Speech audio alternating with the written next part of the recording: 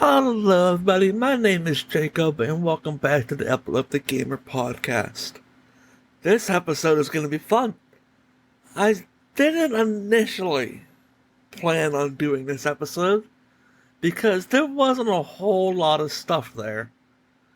But looking at it now, I realize there is, and I feel like that there's enough out here that I can safely say that yeah, this deserves a podcast episode. Not a next level lore episode, but at least a regular podcast episode.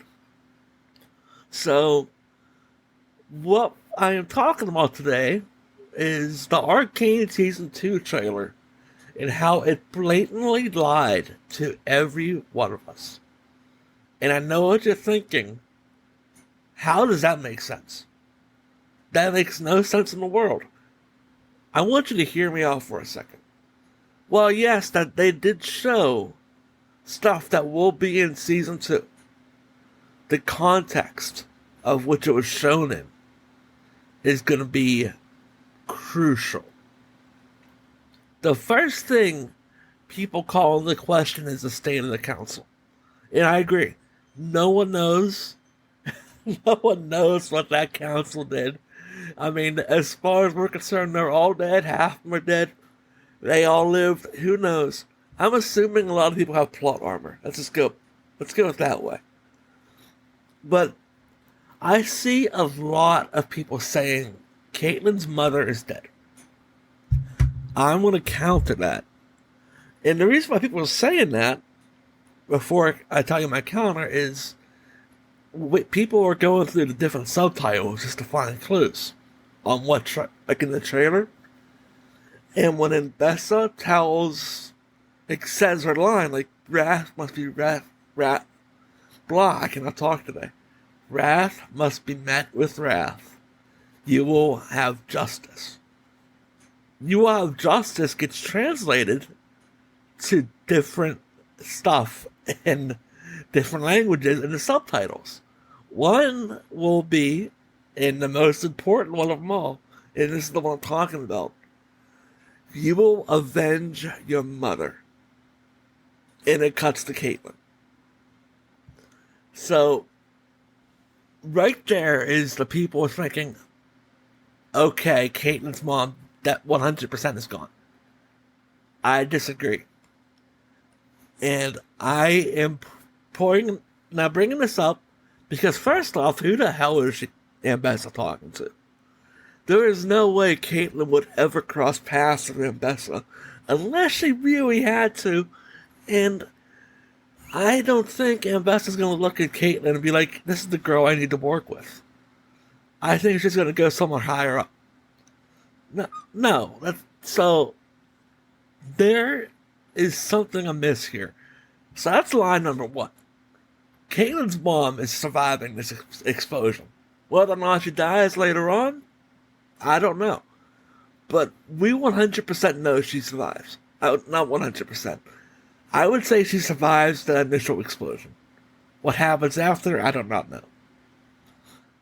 But that's our first line. What I want to bring up too is we don't know whose mother we're talking about. And I know what you're thinking, well, we will avenge your mother. What? His mother? What are you talking about? There's more than one mother on the show. There's Jace's mom, which 100%, while she wasn't in the council building, that building is going to fall. A lot of debris could be everywhere. So she could be talking to Jace. She 100% could be talking to him.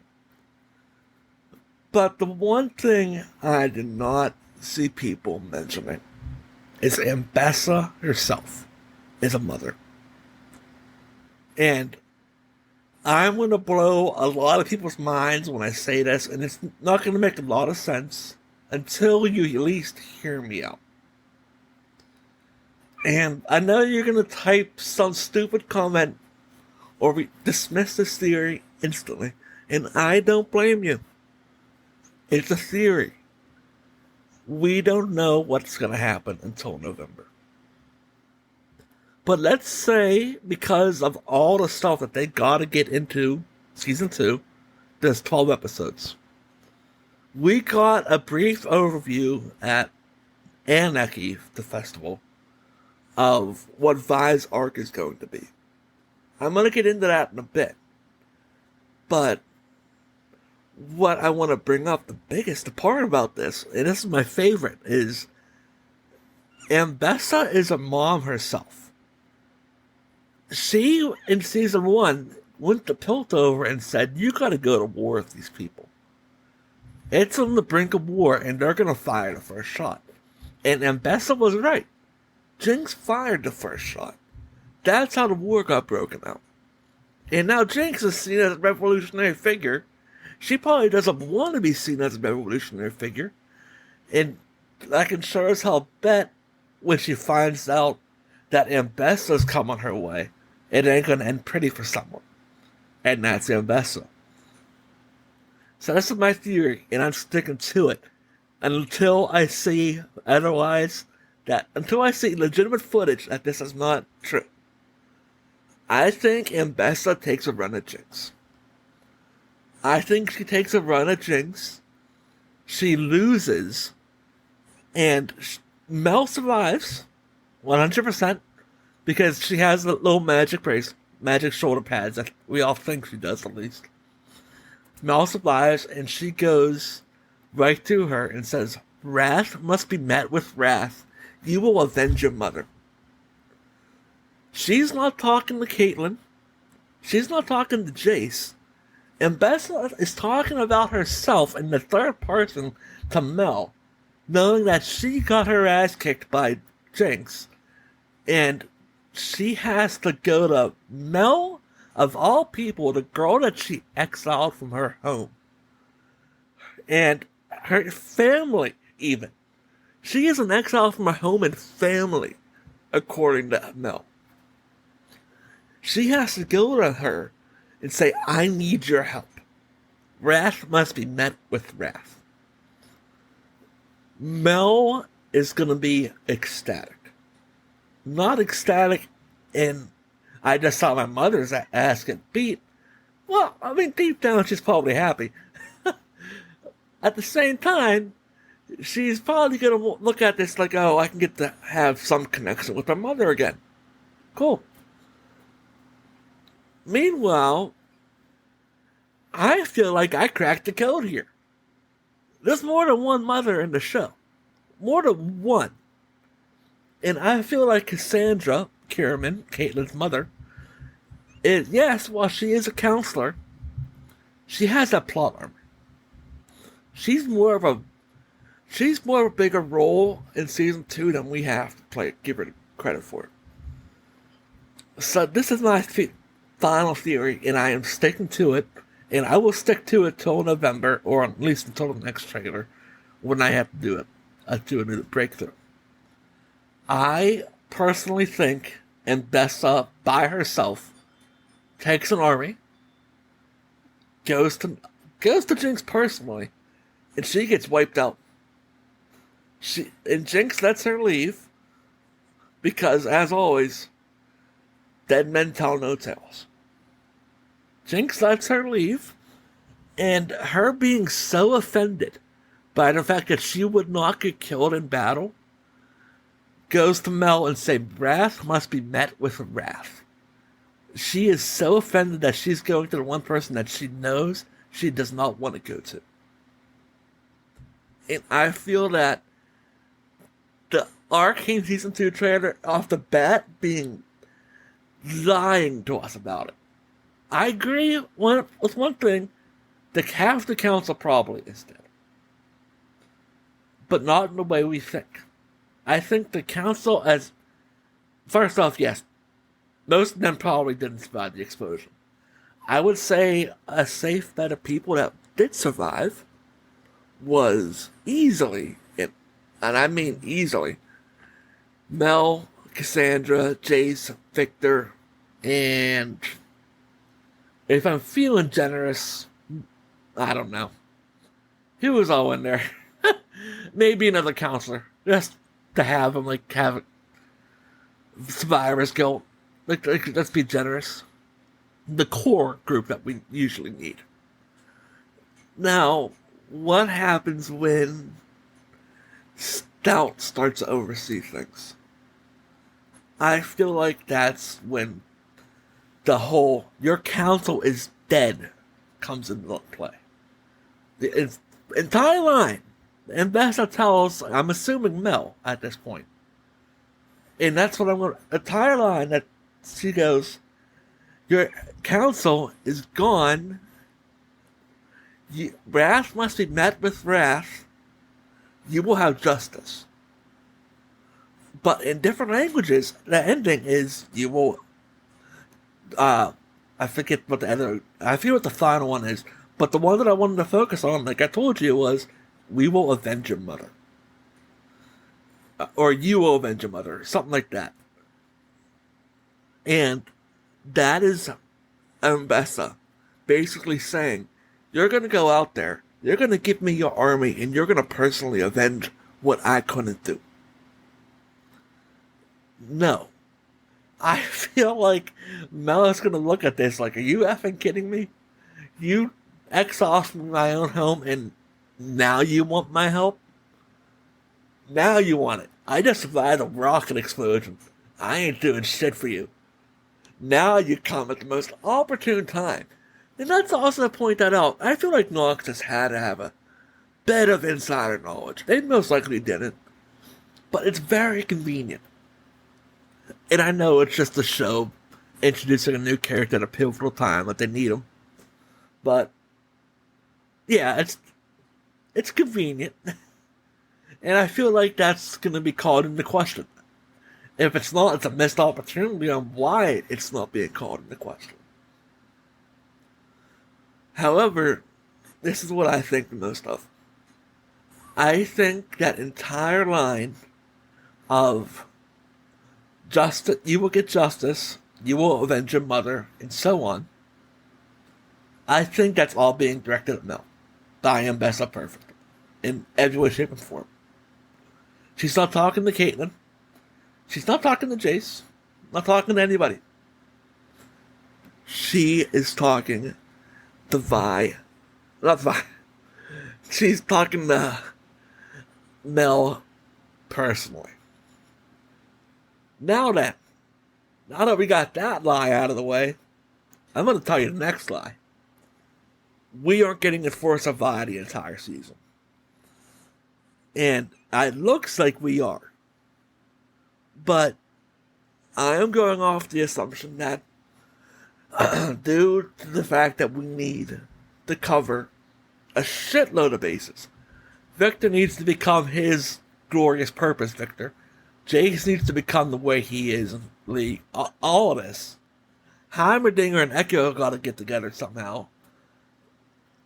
The fact that we got to cover so much, I can see them easily doing 12 episodes. Which leads us to 4 acts. Act 1, I only think that's when we just get Enforcer Vi. And I believe that with a passion. We only get 1 act of Vi being an Enforcer. I think there's going to be a time gap where people start to realize that Jinx or Powder is, yes, too far gone. But Vi can't do anything about it.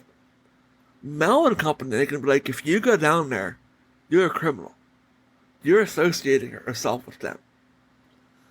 So, what does she have to do? She has to join the system that she knew that she despised for the entire life. The system that hated her for her entire life. She has to join the Enforcers. And yes, she's working with Caitlyn, but she's not happy about it. She has a uniform that's oversized. She's miserable the entire time. And something is going to happen. And this is where it's going to hit spoiler territory.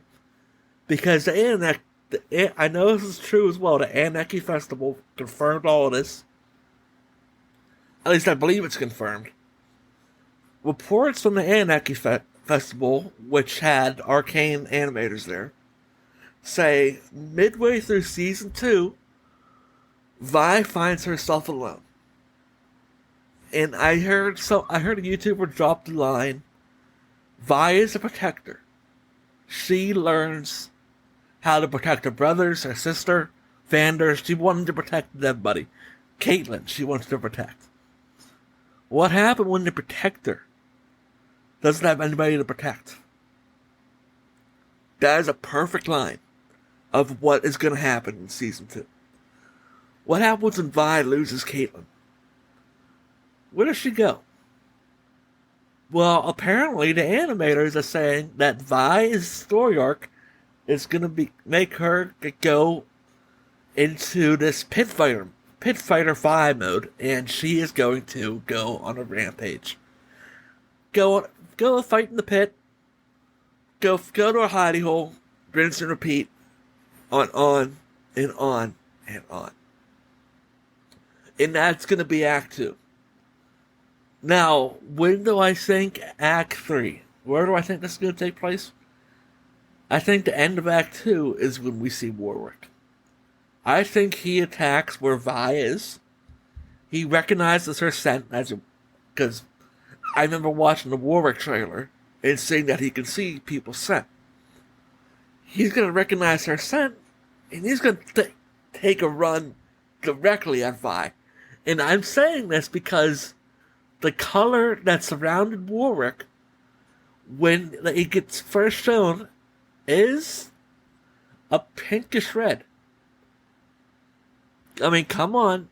It's a reach. I get it. Yes, it's red probably because they're showing how menacing he is. But context clues, guys. Come on. Now, we have to go into the fact that what happens when the protector loses everything that she can protect. And then she sees that. Someone's going to have to come save her. That's where Caitlyn comes in. And Act 3, we get introduced to Vi once again. With Caitlyn. Now, I don't know exactly how they're going to pull this off. I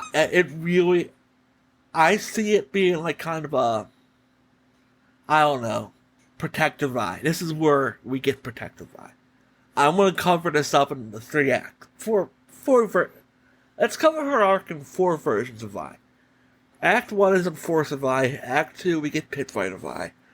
Act 3, I'm calling her Protector Vi. Why? Because now we have Caitlyn, who would likely piss somebody off in the Enforcer's ranks, realizes that she can't do this without Vi. If she goes out to find her sister alone, to find Vi's sister alone, someone's coming back in a box. Someone's coming back in a coffin. So who? Which one of them is going to... So why should Caitlyn go and do this herself? I agree. Why should she go do this herself? So, apparently, according to the Anarchy, the animation festival, Vi's hair gets grown out, her tattoos get covered up a bit by grease, she's really grimed up. Like, she is dirtied up, almost like this is the undercity that she remembers. But it's not the undercity that she has. I guess it's the way of saying it. I think I heard somebody refer to it kind of as a limbo situation, where you're going to see old people and new people come in, and Vi's just going to essentially kick their ass. Knowing Vi, she's going to absolutely kick their ass. They don't stand a chance, especially when she doesn't have anybody to protect. God help those poor souls.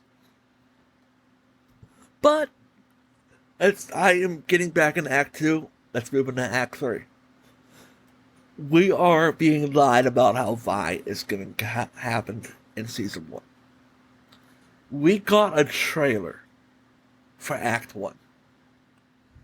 Apparently, according to the Animation Festival, as Vi starts to keep going through this routine, she starts seeing animations, like animations. Oh my god, hallucinations, not animations. I'm sorry, hallucinations of powder, people of her past.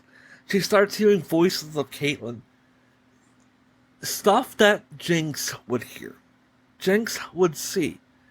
If you think about it, you can go ahead and watch YouTuber Schnee. He breaks this down much better than I do. You have Vi, whose love for powder kept her through 7 years of prison, kicking people's ass, constantly taking beatings to just get it done. And make sure one day that she would get out and find her sister. What happens when we absolutely see Protector Vi and she's with Caitlyn? Well, is she going to think Caitlyn's a hallucination? And eventually, when Act 4 comes around, she's going to have to fight Warwick. Now, I do think at the end of Act 3, we're going to get the battle between Vi and Powder. We see it in the trailer. We know it's coming. We have it confirmed. For once, I got a theory right. I'm actually proud of that. I'm taking that as an absolute win. But I don't think that's the end of Vi's arc. I don't. I think the fight gets interrupted. I think they're going to probably be tearing each other apart. 100%. They are easily going to try to kill each other. But Vi won't be able to hold... She's going to hold her punches. Powder, maybe. I don't know. Depending on how she really feels at the moment. We really can't really predict Jinx. But I think Warwick gets in between it. And I feel like Caitlyn's going to be in a perch somewhere, providing cover fire for Vi. And I think if Warwick joins them and they have to retreat, that's going to be the final shot of Act 3. And Act 4, we now get introduced to what I like to call Sisters Vi. That makes no sense, I know, until you hear the context behind it. I personally feel like we see Caitlyn take that shot. We don't know about who, but it's definitely in the same base as where Vi and Jinx are fighting. Caitlyn wouldn't shoot Vi. Despite what that trailer wants you to believe, there's another lie, by the way. Despite what you want to believe, Caitlyn is not shooting Vi. Is she shooting in her direction? 100%. She's shooting someone that wants to take her out. Caitlyn is putting down Warwick to the point where he's not dead, but so the fact that the sisters can get away. And the best part of it all is Caitlyn now has to side with Jinx. And she notices that she is not the enemy here anymore. They have something much bigger to worry about, that if it gets topside, it will destroy the entire town. And that is Warwick. I have a feeling that if you were to show, even a glimpse of Vander, even just a little glimpse, and Vi catches it, that would be enough for Vi to go into a little, what the hell did I just see moment. And that would be enough that we get to that poster, where Jinx is holding Vi in the poster. That's where you get that moment. They're finally safe, and Vi is just in complete and utter shock. The only time we see her get that face is when she's in complete and utter shock. When it comes to loved ones, too. So, I have a lot of things going here, and I'm pretty proud of this theory. So, why do I call it Sisters Vi? Because in Act 4, we're going to get Powder back. We're not going to get Jinx. We're going to get Powder back. For one time only. They're going to have to work together, and they're going to have to put down Warwick. And the ending of Arcane Season 2 is just as tragic as Arcane Season 1. Vi created a monster inside Powder. And unfortunately, they had to come face to face with a real one. Vi says it best in Season 1. Nothing was going to get to Powder while she was around. Then a real monster showed up. A real monster showed up. Nothing got to Powder. But then, when a real monster shows up, Vi can't pull the trigger. Caitlyn can't do it either. So what does the one person who has killed a father figure before do? She has to kill another one. This solidifies one thing. That Powder and Vi can never have a true family sister. Like sistership. And Season 2 in Arcane is going to end with the moral of the story. That there was never going to be a happy ending. And if you thought there was going to be one, you weren't paying attention. Season 2 is going to go off the air with this. And I am confirmed. And I believe this to my absolute core looking at it. Everything makes sense. She is going to have to kill Warwick. By herself. Vi is going to be petrified when she sees Vander. And she is not going to know how to react when they fight him. And I think she's going to be in a position to deliver a killing blow. But she hesitates. And Caitlyn pulls her away. So what happens? Jinx does it for her. Powder kills another father figure. That makes Vi go off the deep end. And for the second time in her life, Vi kills Vander. Not Vi. Powder kills Vander. And more importantly, Caitlyn and Vi just may never be together. The obstacles are there. Yes, we might see her come into the enforcer role now that she's come to terms with it. But I think it's going to be too much for Vi to the point where she has to accept it. I think over time she'll accept that she is going to be with her. But I think, yeah, at the end of the story, this is where it ends. Vi can't kill Vander. Powder has to. And everybody goes their separate ways. The sisters don't get a happy ending like they wanted to get. And it is a tragic ending to one of the best shows that has ever been made. And I am firmly and utterly ready to believe. Ready. I am ready just to watch the season. Give me it now. If I would trade anything to see it now. The fact that Ella Purnell, the voice actress of Jinx, said that when she was finishing up voice acting, she cried recording the Season 2 finale. And that was a direct quote from her. She was being interviewed by IGN about, during a follow-up meeting.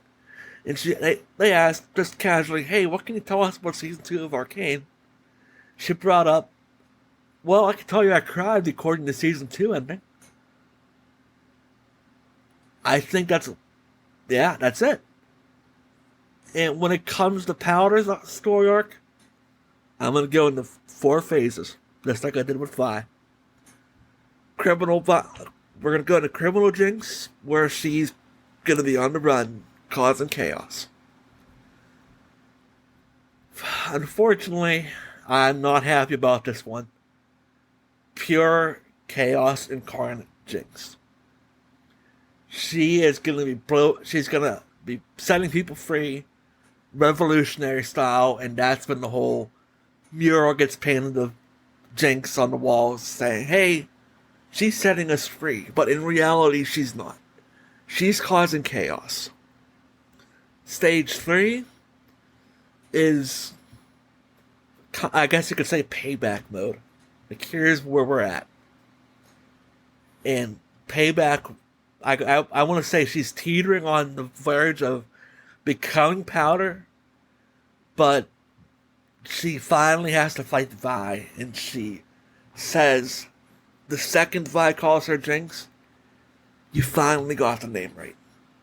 So she's not fully at Powder's game, at Powder's identity yet. In Stage 4, in Act 4, we get Powder back. For 4 episodes, or 3 episodes, I'm sorry.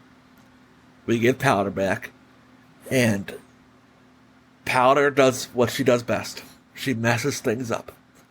And whenever she kills Vander's completely, and she will kill Vander, it will mess up Vi and Powder's relationship to the point where it's not repairable. She's seen him die by Powder's hands twice now. You can't unsee something like that. So Vi will go topside. She will join the Enforcers. Well, Powder will go her separate ways. Vi will get a life with Caitlyn. And as Arcane now knows, we all know now is, well, it's kind of lore in League of Legends. In League of Legends, they said no one knows how Vi and Caitlyn came about. Now, came about to work together, now we know how they work together. It ties in everything perfectly into a nice, cute film. And I cannot wait. I cannot wait. I cannot tell you how much I am pumped. I wish I didn't have to make another podcast episode on this, but 100% I'm going to when another trailer comes out. Because this Season 2 trailer lied to all of us. Enforcer Vi isn't going to be there the entire season. That's a huge lie.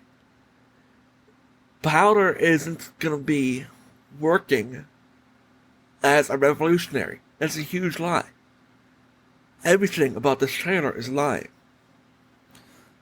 Now, what does Heimerdinger see? I don't know. I don't have an explanation for that. Do I think Jinx and Savika are working together? 100%. She wouldn't have that arm if they weren't. But I got a feeling it's that kind of you need me, I need you relationship. A means to an end. And when everything is all said and done, we are going to have, without a doubt, one of the best shows of all time. And I cannot fucking wait. So that is it, everybody. I want to thank you all for joining me on, in my opinion, I think I did a very good job with this theory. I think it has solid ground.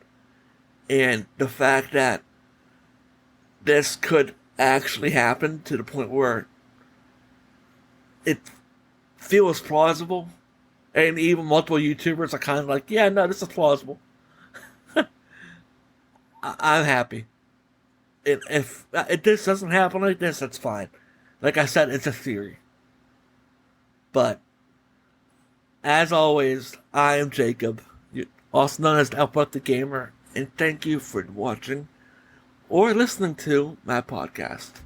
Have a good July, everybody.